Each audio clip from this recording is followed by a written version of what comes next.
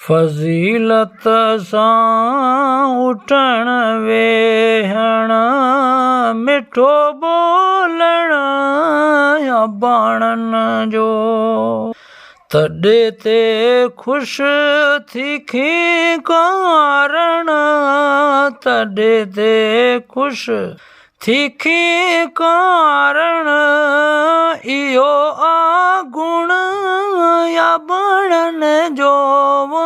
फज़ीलत सां उठण वेहण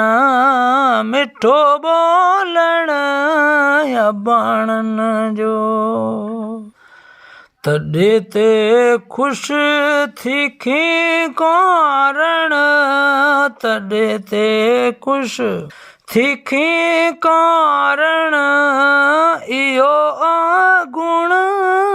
अबाणनि जो फज़ीलत सां उठण वेहण मिठो बोलण अबाणनि जो पढ़ो पेटियूं मथे पलड़ा पंहिंजी गबून ते भलिया पढ़ो पेटियूं मथे पलड़ा पंहिंजी गबून की भलिया शर्म ऐं सथ हया ऐं पथ शर्म ऐं सथ हया ऐं पथ आहे ओढ़ण अबाणनि जो फज़ीलत सां उठण वेहण मिठो बोलण अबाणनि जो शामो सिज जे अॾनि घरड़ा मंझि कोंडनि फुरन फरड़ा शामो सिज जे अॾनि घरड़ा मंझि कोंडनि फुरन फरड़ा कथा लोयूं रिलियूं रेटा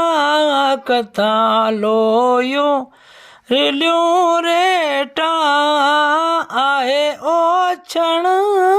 अबाणनि जो फज़ीलत सां उठण वेहण मिठो बोलण अबाणनि जो तॾहिं ते ख़ुशि थी कारण तॾहिं ते ख़ुशि थी कारण इहो आहे गुण अबाणनि जो फज़ीलत सां उठण वेहण मिठो बोलण अबाणनि जो पुसाई पलर वारी खुलियो तई हीर हुबकारी पुसाई पलर वारी खिलियो तई हीर हुबकारी लसी फेडर मखण ऐं जण लसी फेडर मखण ऐं जण इहो ओलण अबाणनि जो फज़ीलत सां उठण वेहण मिठो बोलण अबाणनि जो तॾहिं ते ख़ुशि थी कारण तॾहिं ते ख़ुशि थी कारण इहो आहे गुण अबाणनि जो फज़ीलत सां उठण वेहण मिठो बोलण अबाणनि जो अखियुनि मां कटर जीअं खुट के तीअं मुंहिंजो सां पियो सुड के अखियुनि मां कटार जीअं कुट के तीअं मुंहिंजो साह पियो सुॾके जुमन आयो इजो आयो जुमन आयो इजो आयो इहो ढोलण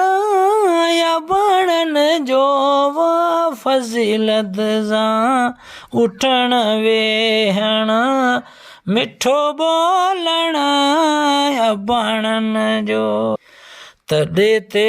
ख़ुशि थी कारण तॾहिं ते ख़ुशि थी कारण इहो आहे गुण या बणन जो फज़ीलत सां उठण वेहण मिठो बोलण या बणन जो।